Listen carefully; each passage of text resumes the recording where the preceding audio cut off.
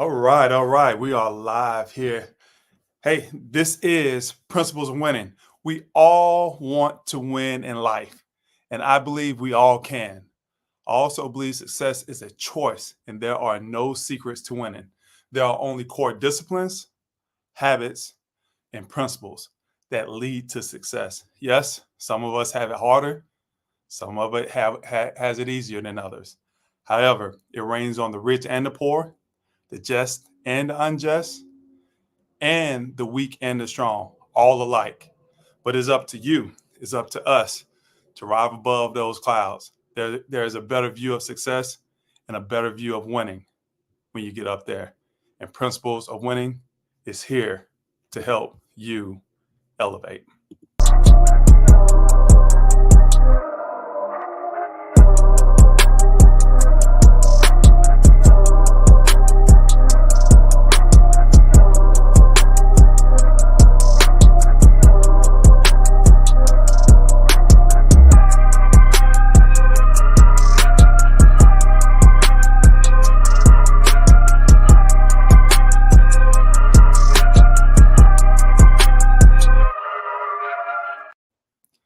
Welcome in. I am Desmond Clark, the host of Principles of Winning, where we interview highly successful entrepreneurs, executives, athletes, politicians, and entertainers to discern their principles and their disciplines that they apply in their personal and professional lives to create the mountains of success that they've experienced.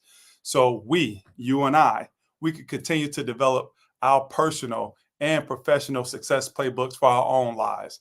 Before we get into today's guest, hey, I want to thank my brother, Ralph Wilson, the site leader for DHL Supply Chain in Baltimore, for coming on last week and giving us a great interview and dropping so many insights on effective leadership and how he is able to go from site to site and make whatever site he's at and he's leading one of the best sites for DHL Supply Chain in this nation. Hey, this episode of Principles of Winning is brought to you by Des Clark Speaks. Des Clark Speaks is your preferred keynote speaker and corporate team development specialist. We help executive team leaders like you create pinnacle team success by establishing principles of winning. If you want to learn more about how we can help executive leaders like yourself build championship level corporate teams, go to www.Des Clark Speaks, and that's DEZ ClarkSpeaks.com for more information and sign up for our free executive roundtables. Now let's get to today's guest. Today's guest, his name is Derrick Thompson, a friend of mine, and he is a self-taught entrepreneur who embarked on this journey starting in high school. Today, as the founder of TNT Creative Group, he has built a thriving digital media agency with a team of 14. He takes pride in not only building a successful business, but also spearheading two impactful outreach initiatives dedicated to supporting and enriching his community. And he also is the founder and co-host of Pick 'em Pros, which is a sports show that he started with his now 14-year-old son. And sometimes they even let me come on and co-host. Without any further ado, let's bring on Mr. Derrick Thompson. How you doing, Derrick? Hey, I am doing great. How you doing, my man? I'm doing well, man. I'm doing well. And man, this is such a privilege for me to have you on today. We've been friends for going on 3-4 years now? Yes. And it all started just you doing what you do. You're out for the Chamber of North Raleigh, shooting all of the footage and everything. And I came down to speak for the North Raleigh Chamber, and that's where we connected at. And it's been hey, like two peas in a pod ever since. So hey, thank you for your friendship, and most of all, man, thank you just for being who you are to me and to other people. But let's get right into it. I don't want to waste too much time. We got a lot to talk about. We do. You have some exciting projects that you're working on right now. Tell us the thing that you're most excited about right now, and the reason why I'm smiling because I got a little bit to do with that. Yes. You definitely do. Well, thanks for having me on. It's a privilege to be here, man. You've been there whenever I've needed you and have been on the Pick 'em Pro show so many times. You are a Pick 'em Pro, and have just every time I've asked you for something, you've exceeded it. So it's a pleasure to be here. Yeah, the project that I am most excited about right now with our digital media agency, TNT Creative, is a documentary movie that we are putting together with Mr. Desmond Clark to tell just the heroic story of when I just couldn't even imagine being in this situation, but when your son was kidnapped and you went to Gambia, Africa to rescue him. We have the honor and privilege to help tell that story. And I couldn't be more prouder of that project. And we kind of debated a little bit before we came on. Hey, how much of this we wanted to give away, and I think it's time. I've put just a little bit of stuff out there about that, but we're at a place now where I think, hey, it's time to start to talk about it a little bit. So I'll letting people know what's going on. And man, it was such an experience that I went through. It still get really emotional right now, me talking about it, but I couldn't pick a better person and a better organization to get that done for me. When you think about this story, what comes into play for your creative agency? Because this is something that you guys haven't necessarily done like a full length before. Right. What goes into this for you? Man, so much goes into this for us. So, like you said, our experience is certainly storytelling, but we tell stories in more of a short format. So this will be the first, feature length presentation that we put together. So some principles are the same, but definitely there's some new ones that come along with this, in terms of the budget that we're working with, the time frame that it takes to put this together, all the layers of bringing in the narration to what we've captured with you for interviews, to B-roll, where are we going to film, what locations are we going to go to. There's so many pieces that go into this, and the planning and strategy, of course, as you know. This is a wonderful challenge, and we're looking forward to knocking this out of the park. And we feel this is going to put us on the map to do many more projects like this. Now, this is Principles of Winning. And we talk about disciplines, we talk about principles, and we talk about habits of winning. I'm going to put you on the spot here. What makes you believe that you and your crew over there at TNT can make this a winning project? Yeah. I have an amazing team. My team always steps up. And that's the key to success, is to build a winning team. And I have a winning team. Shout out to my vice president, Michael Sims. He did an amazing job of interviewing you to capture footage. I mean, it's something that I thought might be a 2-hour interview. He made it a 5-hour interview, and he took that conversation in areas that I didn't think, it was going to go. So, I mean, the footage that we already have is amazing. And it's a matter now of putting the icing on the cake. So my team is why I'm so confident of that. I'm always writing checks that they have to cash. So that's one area. But the other area, which I'm sure we'll dive into, is just my upbringing, man.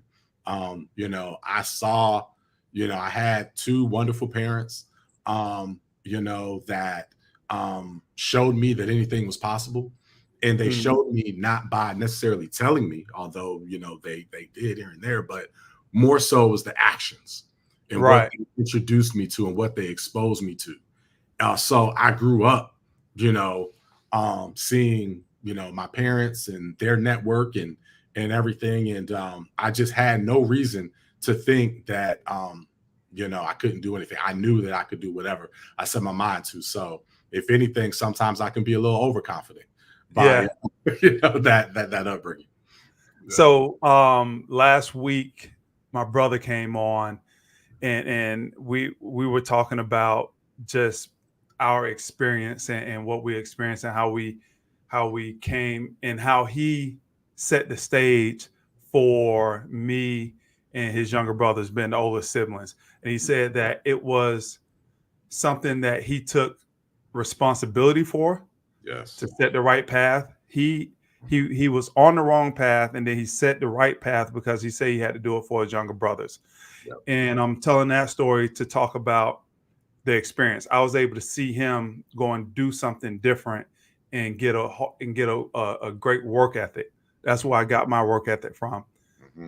You were able to see, as you told me, a group of black men that was dressed up, and they were getting ready to go to conferences. They were doing big things out in the community. And because you got to experience that, Mm-hmm. you said, okay, if they can do it, I can do it. How Yes. big is experience when you think about it? How much of that is contributed to how successful people can be? Oh, I think that's can be everything.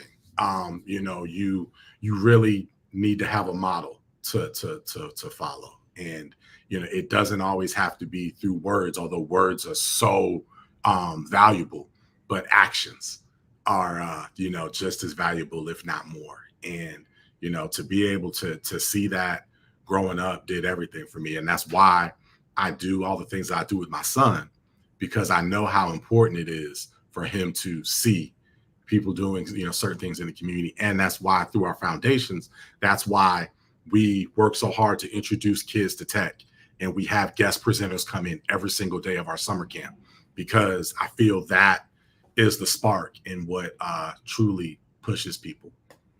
Yeah, I'm reading this book, or I've read this book many times, How to Build Skills, and I wish I remember the author. But one of the main keys he has in there is being able to see it, being able to immerse yourself in it, being able to imitate, duplicate the actions, the movements of other people. Like Yes. that's a huge part of it. Just being able to okay, that's Yes. how they did that. That's how they got from point A to B. Or in sports, Yes. I can see the foot. I can see the foot movement. I can see how they hit the racket, and I see what it's supposed to look like. And if Right. I can see what it looks like, I can build everything else to all those components to get there because I know what it's supposed to look like.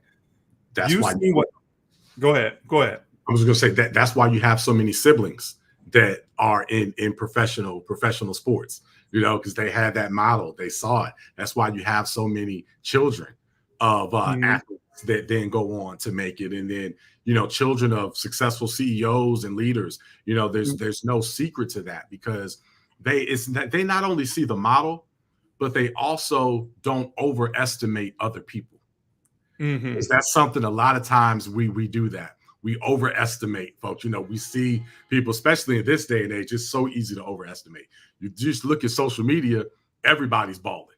Everybody's Yeah. successful. You know what I'm saying? Because that's all we're going to put out there. So we look and we think, oh my gosh, everybody's just so amazing and killing it. Look at me. I'm not doing half of what they're doing.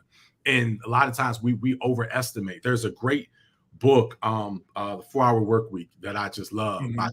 Tim Ferriss, and he had a exercise where he was at an Ivy League school, and he had a group of brilliant kids, and he gave them a challenge to like get in contact with a few like just unreachable people, like the president, Oprah Winfrey. Like there was this punch list of people get in Right. contact, and and he offered like a trip anywhere they wanted to go in the world for anybody that could accomplish this. And exactly 0 people achieved it that first time. Why? Because they overestimate. They're like, man, I'm in this room of Ivy League folks. Somebody else is going to get it. I'm not going Right. to get it. He came back the very next year, told that story to the next group of students. That year, almost everybody did it. Why? Because they knew they didn't overestimate. They knew it was attainable. So Right, right. Because we do that. We look at somebody that's extraordinary, right?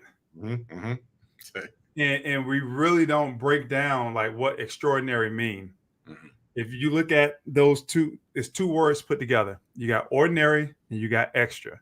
And the Mm-hmm. extraordinary people just do the ordinary thing at an extra high level. Yep. And they do it all the time until they become masters at it. That's right. Just ordinary things done at an extra high level, and they Yes. do it all the time till they become masters at it. That's Mhm. it.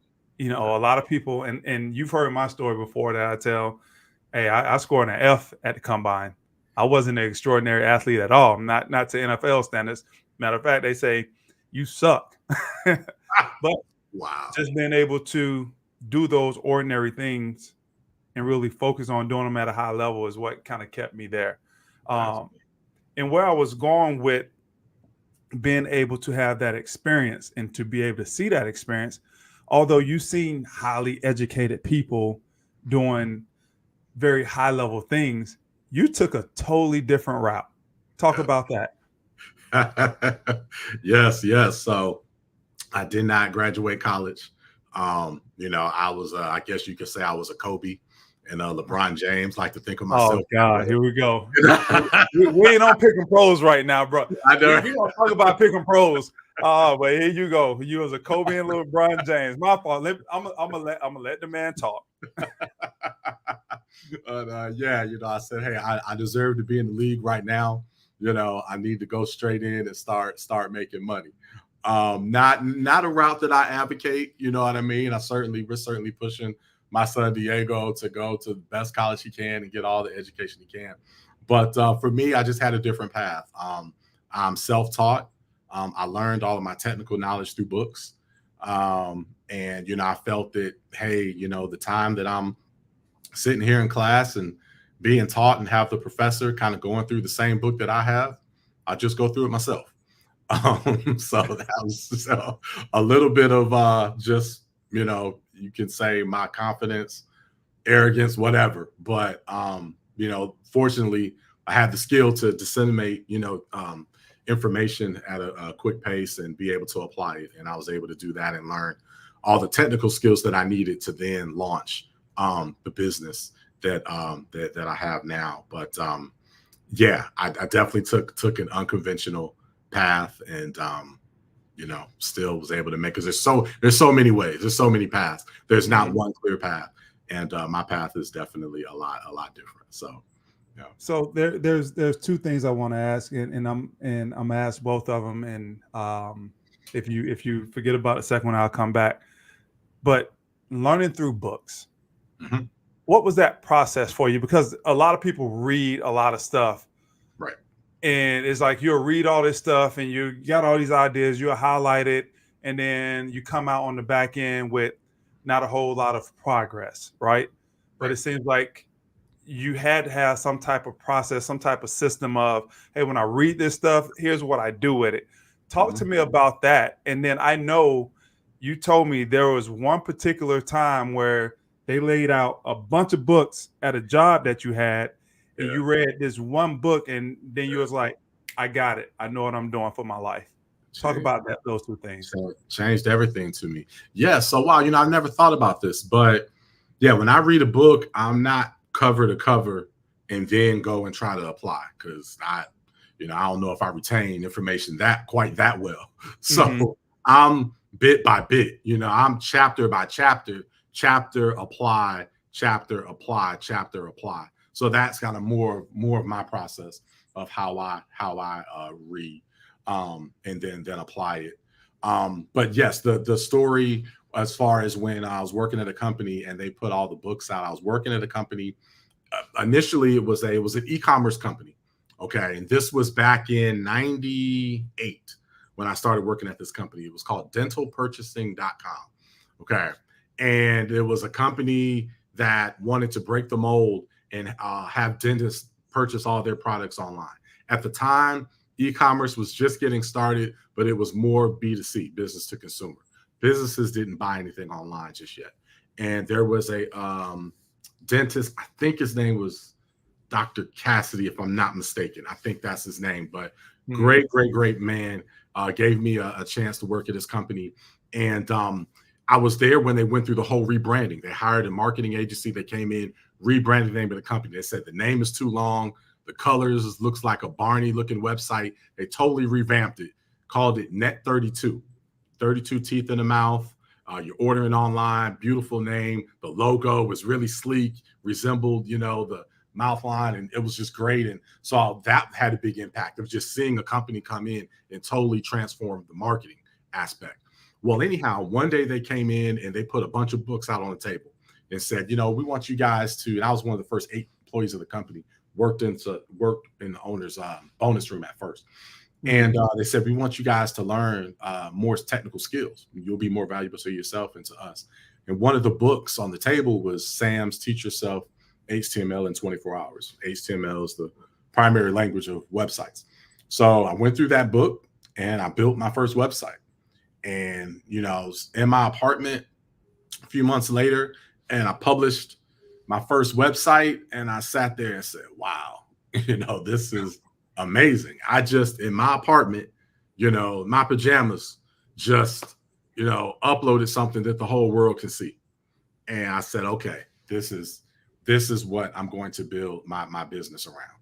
And of course, we then have evolved to add video production and 3D animation and all these things over time. But it started with web development.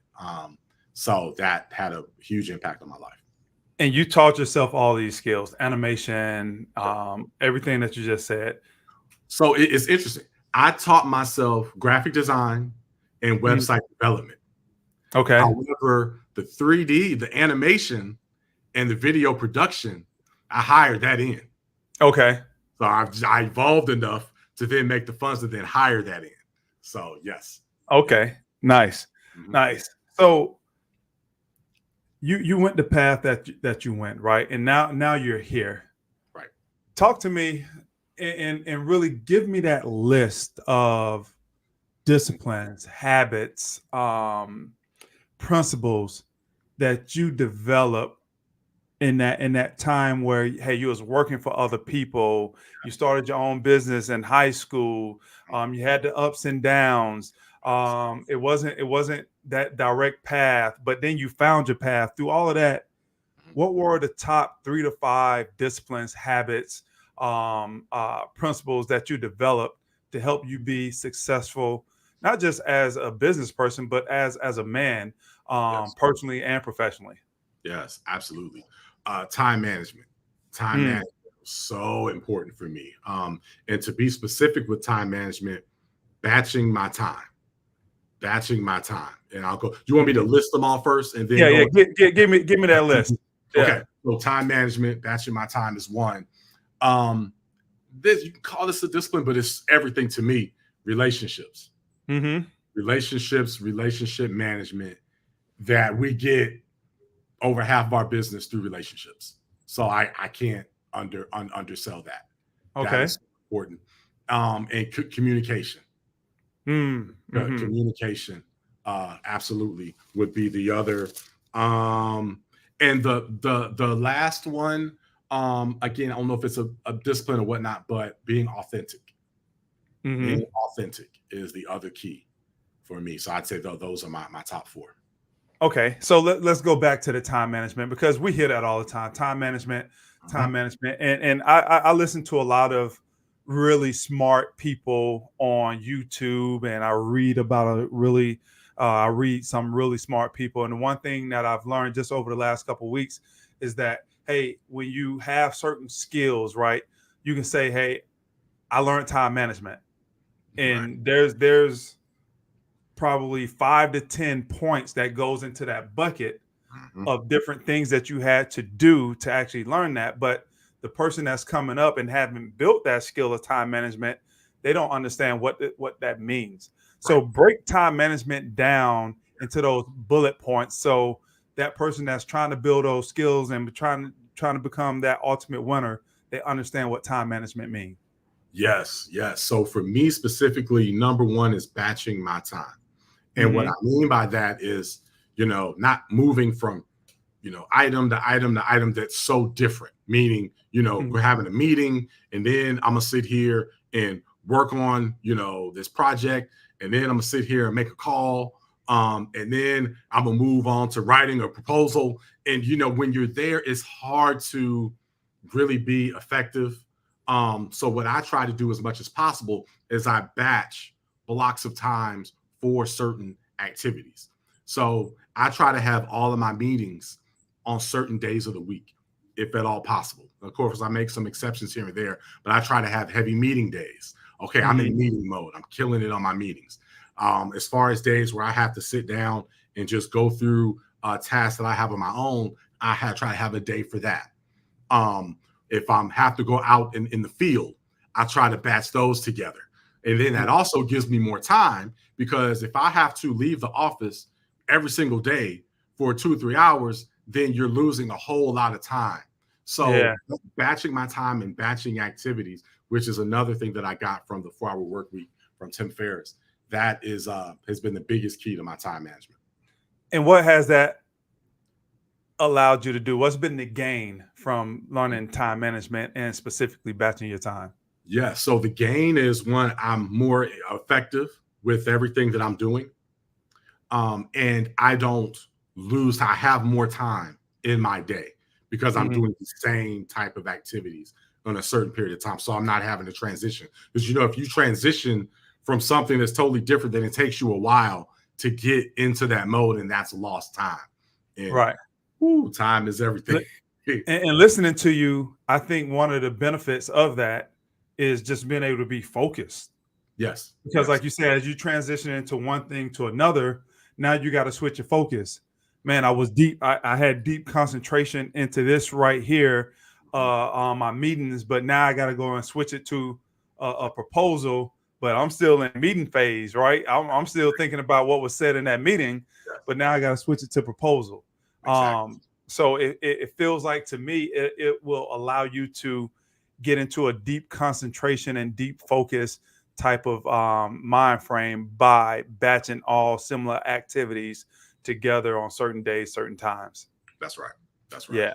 No and relationship management was your second one, and I love this. And going back to that same thing that we talked about in business, you always, especially in sales, you always hear people, "Hey, it's a relationship, but that's all they say. Yeah. But right. How do you do it? That's what people got to understand and be able to teach. So when you say relationship management, how do you practice that? How do you bring that to where it's a benefit for you? Yeah, there's so many keys to that. One is treating everybody the same, and treating them at a high level. So we have those that will maybe turn it up if they're dealing with somebody that they think is a high level person, you know what I mean? Right. And then all the other times they're low. Well, you never know who you're interacting with, you know what I mean? And it's hard to then go up and down. So if you just have that same meter of, I don't care who you are, I'm gonna give you the exact same energy, and that comes off a certain way. So that's certainly one key to that. Another with relationship management is, when I go into relationships with people, I try to see, okay, how can I help them? And most people do the opposite. They'll see somebody, ooh, Desmond Clark, okay, 12-year veteran in the NFL, has his, companies and everything. Let me see, you know what? I think Des can introduce me to somebody that can help. A lot of people, they look for what they can get, and whereas I'm opposite. When I met you, it was, hey, Des, man, how can we make this presentation the best that it possibly can for you? Is there anything else that we can do to help you? Hey, man, let's hop on Zoom and go over everything one more time. That's my approach, is how can I help you? And then that in turn is going to come back. So that's probably the biggest key. Yeah, and I could sit here, and as you're saying these two things, I've seen it from you. I mean, you developed my Des Clark Speaks website. Yeah. You could have, you got this creative agency group. You could have charged me mountains of money because I know your work is that good. You didn't do that. Yeah. As far as like treating people the same way, I've been out and about with you a few times. There's no different. There's no, hey, I'm gonna smile halfway with this guy and I'm gonna smile big with this guy. I've always seen you just be even with everybody. But I think one of the takeaways from that is not about how you're treating everybody else. It's about who are you as a person. Mm-hmm. Yes. And people gravitate to who you are as a person, right? So yes, you want it. You can't look at it going from inside out, but I look at it as, hey, this is just who you are as a person inside, and now that's just how you move. Yes. The third one, oh, before I get to that, relationship management, I just want to put my 2 cents in. Okay.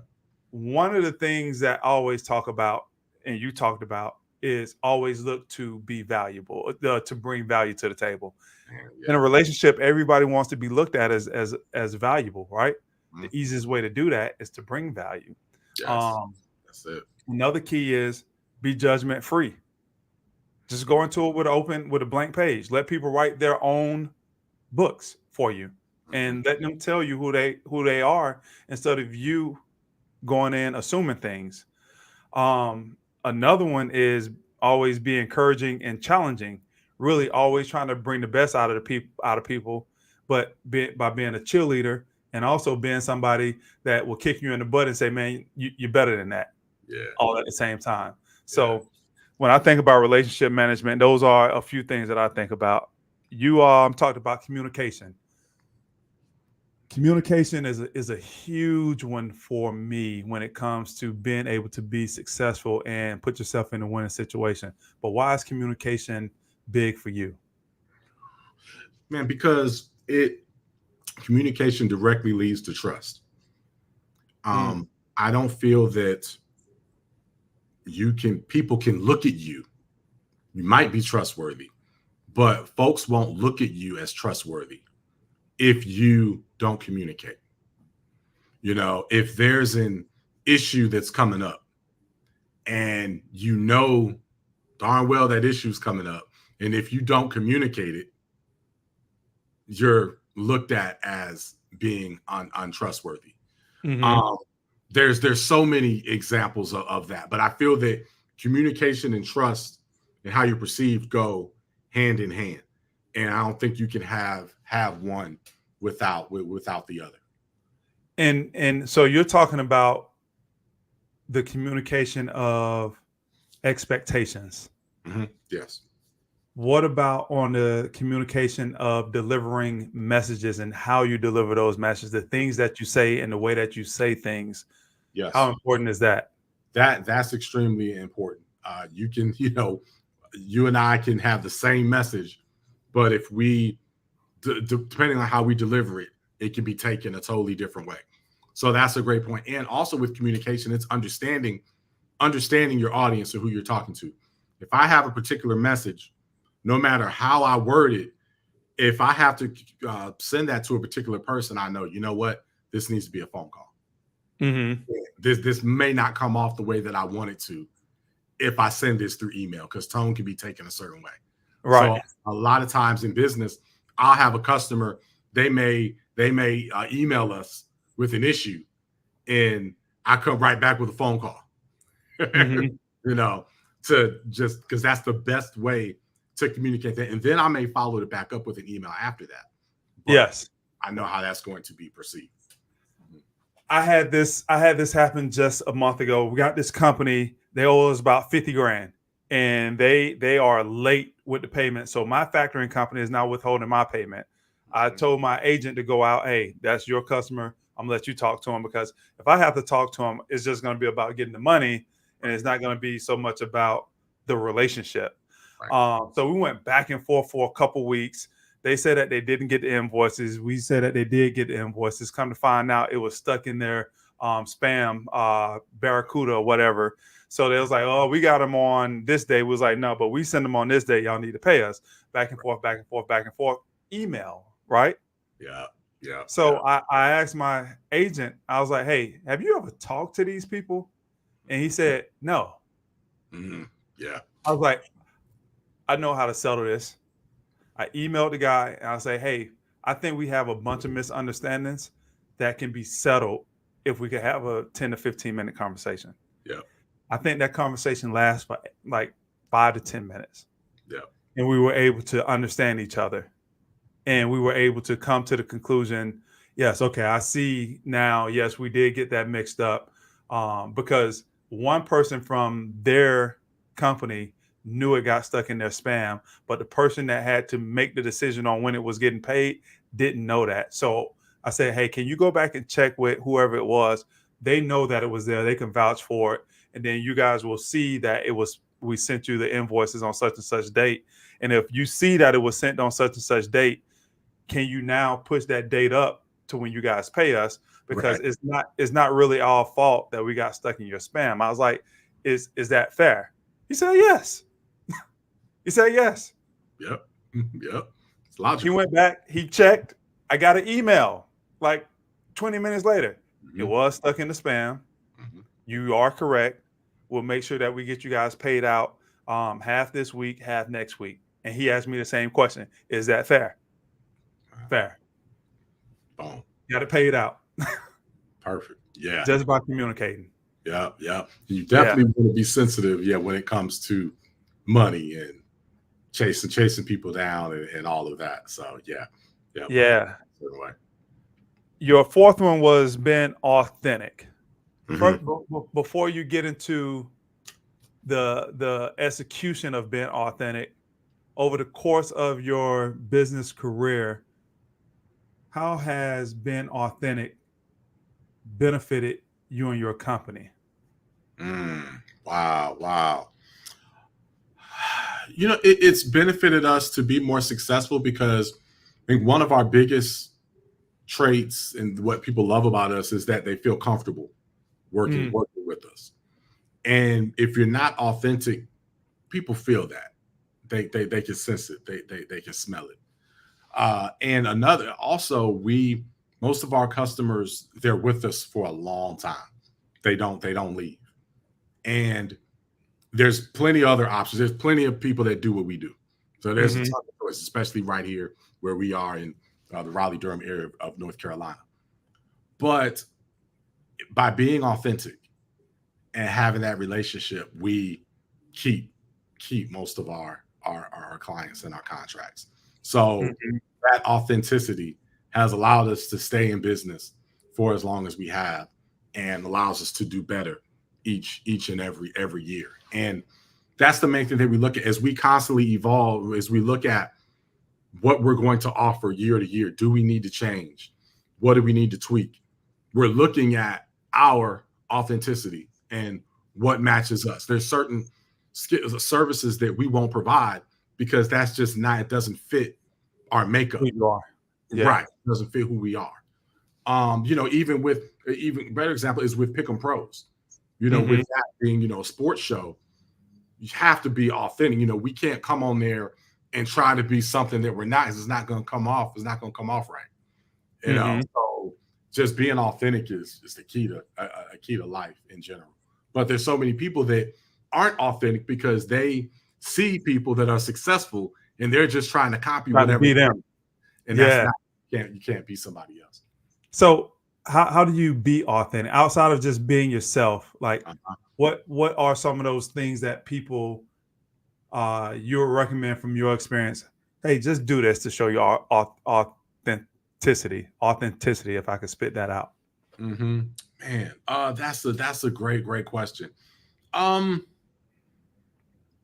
that's hard. I say, because again, I'm just being myself. I'm not trying to be, what somebody else is. So, well, I say one thing, it's for your dress, how the way you dress is one way, right? Being authentic. How you carry yourselves, being authentic. I know in some forums, you know what I mean? Hey, I'm a big Michael Jordan fan. I'll wear my Air Jordans if I want everywhere. Everywhere. Every time you see me, I probably have, unless I have a suit on, which I know some people will match that and whatnot, I'll probably have a pair of Air Jordans on. But that's me, and our work speaks for itself. So if you don't want to do business with me because I have a pair of Air Jordans on, you're probably not the right client for me anyway. So I'm okay. Right. You know what I mean? So I would say one of the bigger things that people can do to be authentic is tell their story. Like tell your story. Yeah. Because you say by being authentic, the thing, I think the greatest thing that can come from that is people get to know you. Yeah. Yeah. So telling your story and being very, very open about it and saying, hey, this is who we are. This is who I am. This is how we do business. Yeah. Here's my beliefs.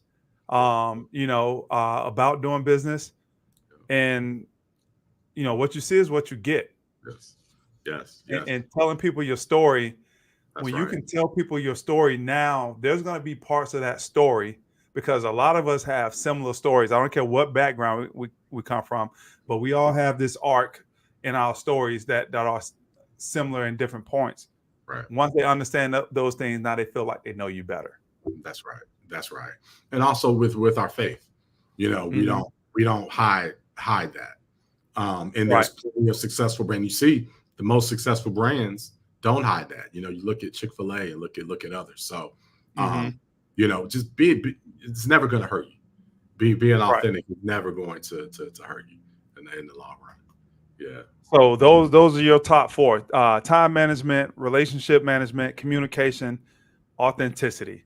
Those are the things that help to drive you to where you're at right now, where you get to enjoy the success that you have in life. And let me just ask you: do you feel like you're winning in life? Absolutely. Yeah. Absolutely. I definitely feel like I'm winning in life, man. I'm able to go to all of my son's games. I haven't missed a game to date. I'm able to I take him to school every day, pick him up, make all the games. Able to, do anything that my wife needs. Um, there for my extended family. Yeah, and those are all things that I'm able to do. Also as a result of being an entrepreneur, being able to make my own schedule. So that definitely is something that I'm proud of, for sure. And so that sounds really, really peaceful and easy. What's what's the dirty side of that? What's that side that allows you to get that peacefulness, that grind side? What's the opposite side of that? Des, man, you know that's why you asked it. Late nights or early mornings, doing whatever it takes. So the luxury of maybe leaving at 2:30 and going pick up my son or going to a game and all that means, okay, that night I need to be working on that proposal, or I need Mhm. to, be reading on something that's within our industry that I need to be knowledgeable about. So yes, definitely. There's so much that's unseen.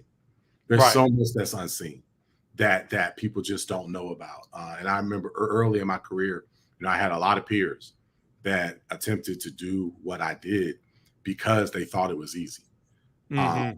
and then they got into it and learned that there's a whole lot more to it, especially when you get to the level to where then you have staff, you have people, you're responsible for them. Yes. Realize it. That's a whole nother ball game. Payroll doesn't wait. You know what I mean? So, Sometimes, and I'm sure early on you had to wait on payroll. yeah, oh yeah, Yeah, for yeah, sure. yeah. Sure. So you got to pay your people, and you got to wait. Yep, yep, Yeah. absolutely. So yeah, there's a whole lot that goes into it. And it's not for everybody. There are pros and cons for sure.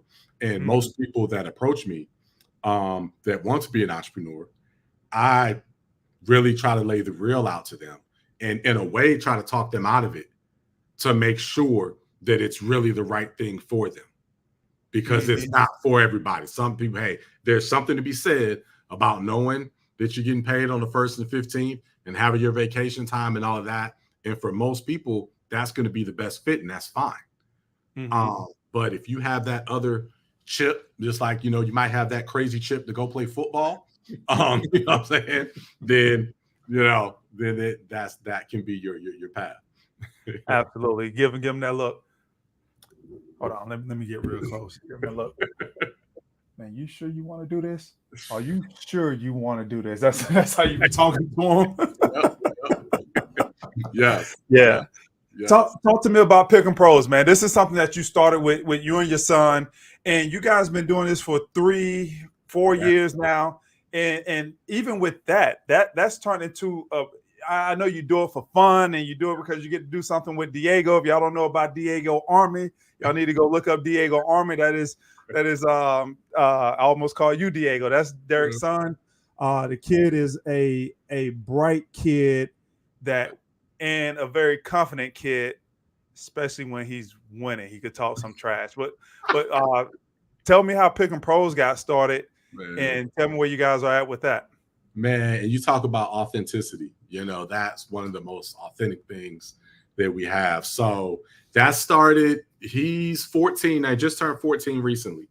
And I say when he was like 9, 10, we'd be upstairs watching the games, analyzing it, talking junk about players, ourselves, going at it, just doing what we do, just going at it.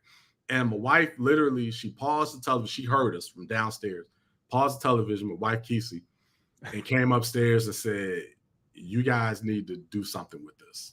She said, I really think you need to have a show. I think it would resonate. I think people need to hear you're funny. They should hear your dynamic when it comes to sports and just see your relationship and all of that. Didn't have a name, didn't have anything at the time, just said you need to do something with it. And I heard her. I agreed with her. But again, the life that I have, I was like, when am I going to find the time to do this? So I sat on it for a good year and a half at least. I sat on it. And finally he was 11, and it was the same thing back and forth. And we were picking certain games, we would be right, often. I said, man, we can, I really know we can do this. And I said, okay, he's still young.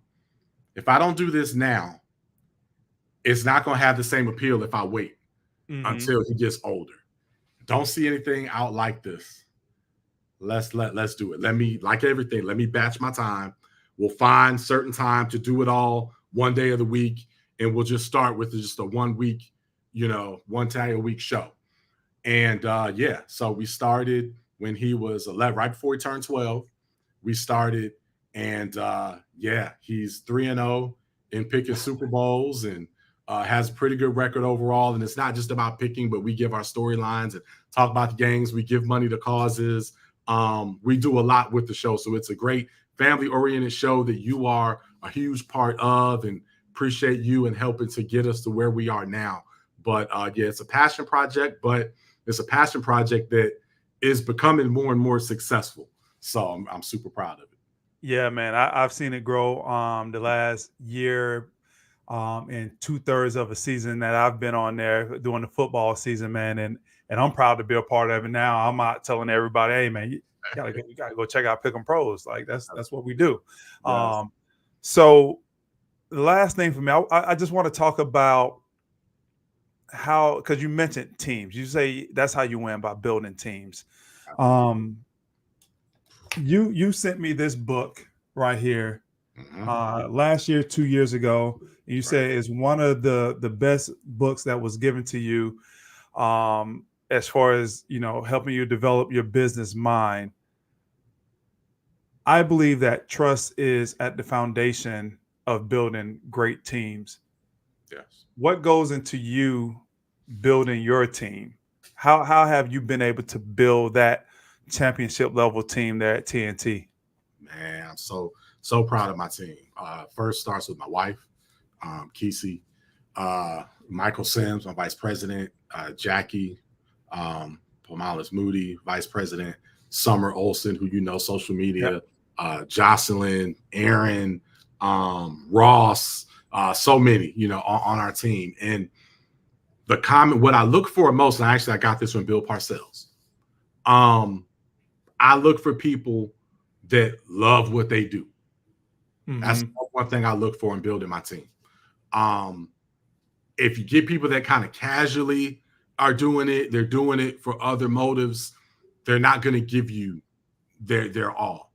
So that's one of the main keys I look for. I look for good people, people that are trustworthy, that those are the kind of, and just have positive personalities, because we're going to deal with issues.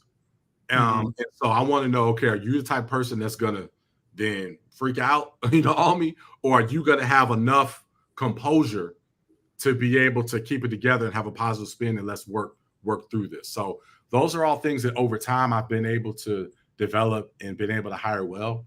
Did not have that at first. I made some really bad hires early on, and learn, but All it takes is 1 or 2 bad ones, and but you gonna learn quick, like touching that stove. If you don't, you're gonna be out of business. That's right. And it's not all about, early on, man, I thought it was about processes, man. Oh, man, the McDonald's method, just have everything laid out, be a good leader. Anybody can do it. No.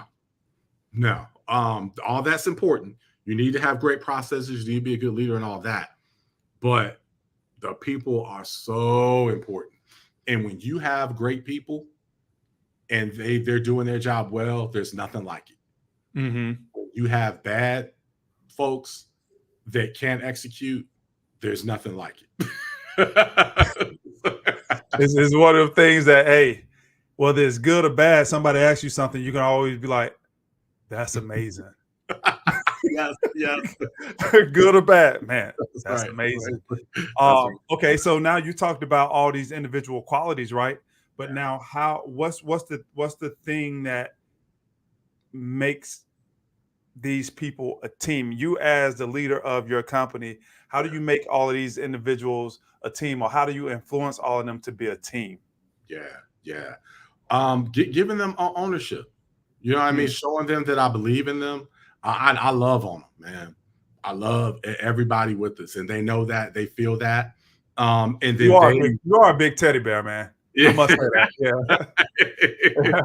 Yeah, man. Yeah, that's my thing. I take pride in that. And then that then comes out of them. It's hard if I'm up here loving on everybody and doing that, then it's hard for somebody else to be grumpy and not really pass that along. So I just really encourage everybody. And it's great because one of the proudest moments was when I was going back and looking at footage of we were working on an internal video.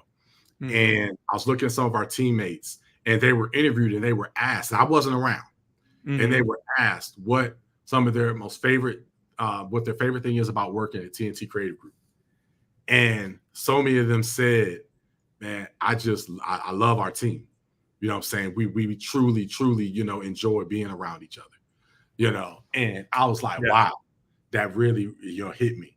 Because they didn't have to say I was nowhere to be found. So, right.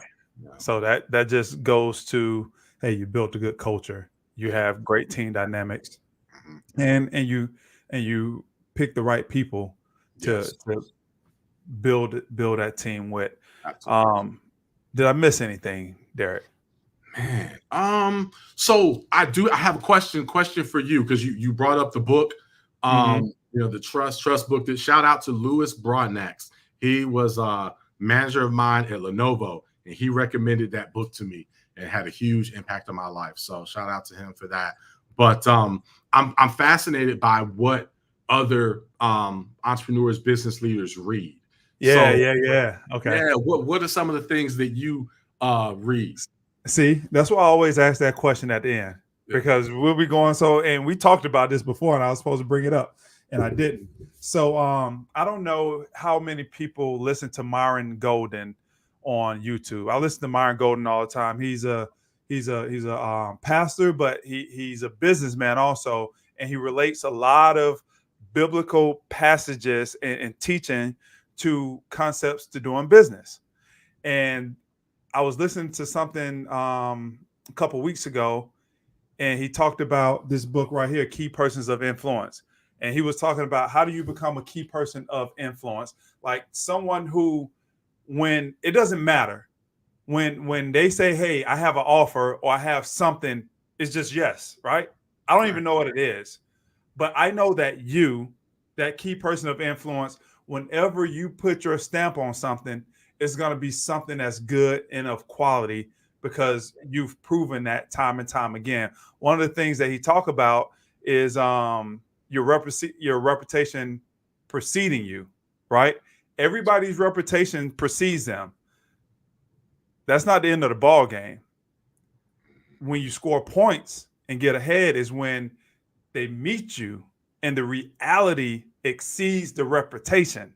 Yes. Because it's a lot of people out here, Derrick. Hey, they doing it on social media. They got all the the website, and it sounds real good. And then when you get in there and you pay them for coaching, or you pay them for whatever it is, Yeah. and then the results fall flat. Yep. Yep. And it's like, what? Come on, man. I had so many expectations and the reputation of this person, and then the reality of that person or that company or that product falls flat. So he was talking about that when he recommended reading this book. So this is a book that I'm actually reading right now. I can't vouch for anything on it. I will later, but it's Key Persons of Influence by Daniel Priestley and Kevin Harrington. And Kevin Harrington, people may know from the Shark Tank. Oh, yes. Yeah. Okay. So it's a 5-step method to become one of the most highly valued and highly paid people in your industry. And the other one is this, Business Secrets from the Bible by Rabbi Daniel Lapin. And I bought this book when I started Bear Down Logistics because I didn't know anything about the industry. But I feel like if you just do good business and continue to learn about the industry, you'll get there. So I bought a bunch of books just to, hey, if I'm going to go into business, I'm about to sink all this money into it. I just want to kind of brush up on business. And then it had the biblical applications to it about how to do good business and why you should be doing good business. One of the things that I learned in this book, Derrick, that kind of opened my eyes is a lot of people, we want to do good charity work, right? Right. And the best charity that you can do is building a great business. Yes. Because you know why? You say you got 14 team members. You created something that helped all 14 of those people just provide for their families. That's right. And then because you built a profitable business, you're able to take some of that profit and go out in the community. That's right. And give it to worthy causes. Yes. That kind of, I was like, oh man, a lot of people go broke trying to be a nonprofit, right, and trying to be charitable, right? And it kind of flipped my whole dynamic about, let me focus on this business so I can do more in the community, and I can help a lot of people. And it shaped the way I wanted to do business. My whole business model now, in a very simple form, is how can I help my broker agents be successful? They go out, they go get the business, they bring it back. I need to provide all the tools, the resources, the processes, the systems, partnerships, and the people behind the scenes to help them execute on what they're out bringing back in. That book gave me that mind frame. Yeah. Oh, that's phenomenal. And what's that book again? One last time, the second one? Business Secrets from the Bible. And it's by Rabbi Daniel Lapin, Lapin. Okay. All right. Yep. Spiritual Success Strategies for Financial Abundance. Okay. Yeah. And that one helped kind of just formulate and help me decide what type of businessman I wanted to be as far as how I wanted to operate Bear Down Logistics, my why and my how, and what I wanted people to see this business as and see me as. Yes. Okay. Yeah, I will get both of those. Yeah. Well, like I say, I can only vouch for one. All right. But that's right. But listen, so Myron Golden is one of those key people of influence, right? For me. If he said it, that's it. Yep. So, and that's the reason I got the book. I didn't even research it. He said it. It came up on the screen when I was over here. You can't see my bike over here. When I was over here on this bike listening to him, he was like, one of the books that you need to read is Key People of Influence. Okay, boom, bought it. That's it. Yeah. And it goes to exactly what he said. He became a key person of influence. If he says it, I'm not questioning it. I just go and do it. That's right. Yeah. Anything else, man? Anything else? No, nothing else. And thank you for having me on. This has been great. Just being able to sit here and talk to you about business, about life, and the principles of winning. Absolutely. And this is the principles of winning. Man, y'all come back and check us out every Wednesday. We drop a new episode every Wednesday. Hey, go to all of the different sites. Let's go to YouTube and subscribe there. Let's go and subscribe on the sites for the podcast, which are so many. They will be listed down below. I appreciate you guys tuning in.